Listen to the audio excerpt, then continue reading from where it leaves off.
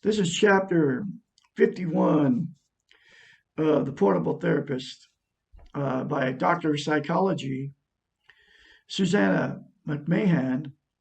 She went to school 8 to 10 years. She's a psychiatrist to learn the brain, okay? Learn how the brain works. And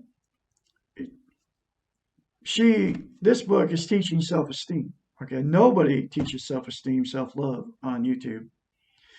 I'm the absolute only one teaching this one simple concept and how simple it is to attain self-esteem, okay? And the answer to life is you having self-love, which is self-esteem, so you won't have insecurity inside inside of you anymore. And this one simple concept will give you the answer to what you've been seeking in all the external things you try to make yourself happy with. Church, TV, religion, sex, material possessions, another person.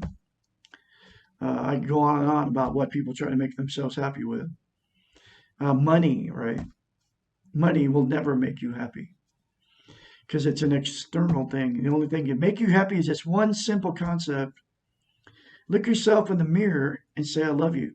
And say it for the rest of your life every day. Okay.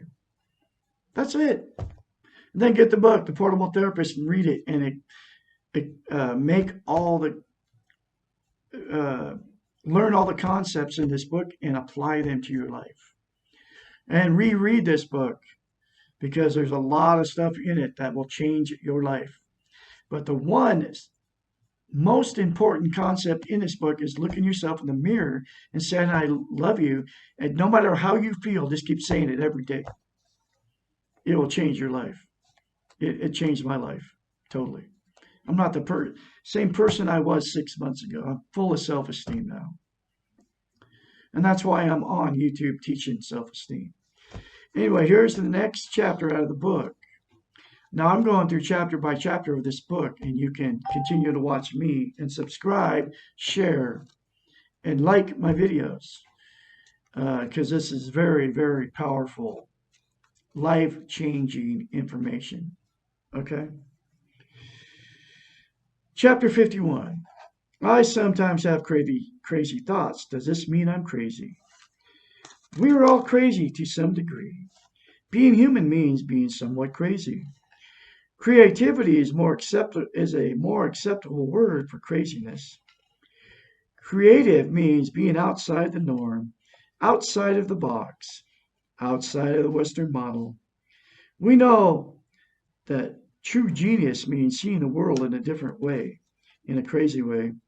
Psychology, psychiatry, the medical establishment define craziness by function and behavior, not by thought alone.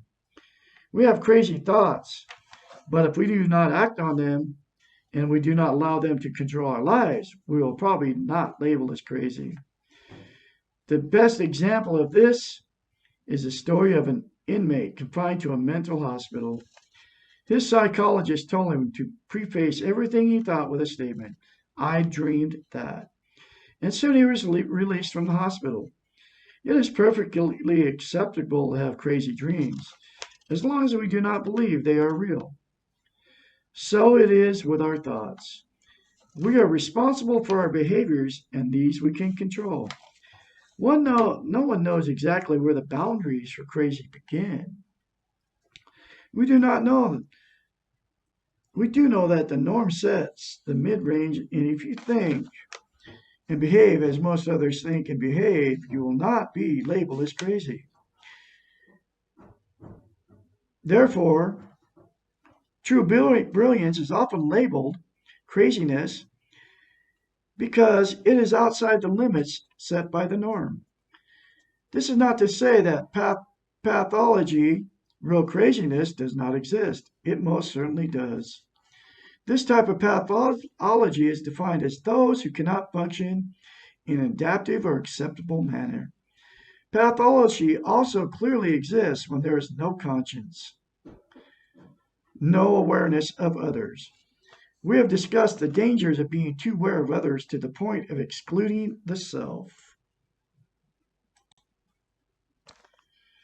But there is a balance between being too aware of others and not at all aware of others.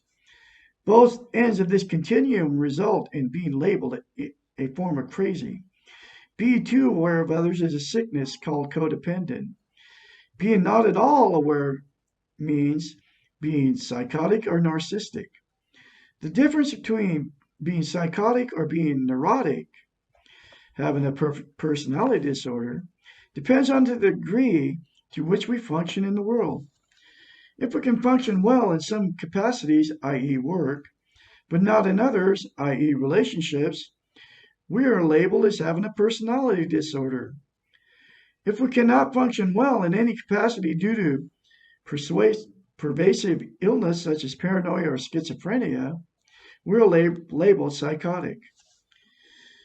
If we do not have the horsepower to function at all, we are labeled mentally deficient. If we function brilliantly but differently, we are called eccentric or genius. There are labels for everything outside the norm. Even normal is a label. At some time or the other, you will have crazy thoughts. Recognize that your thoughts are like your feelings, not in your control. But what you do with these thoughts, whether you choose to act on them or not, is in your control. Do not be afraid of your crazy thoughts. Some of them may be brilliant.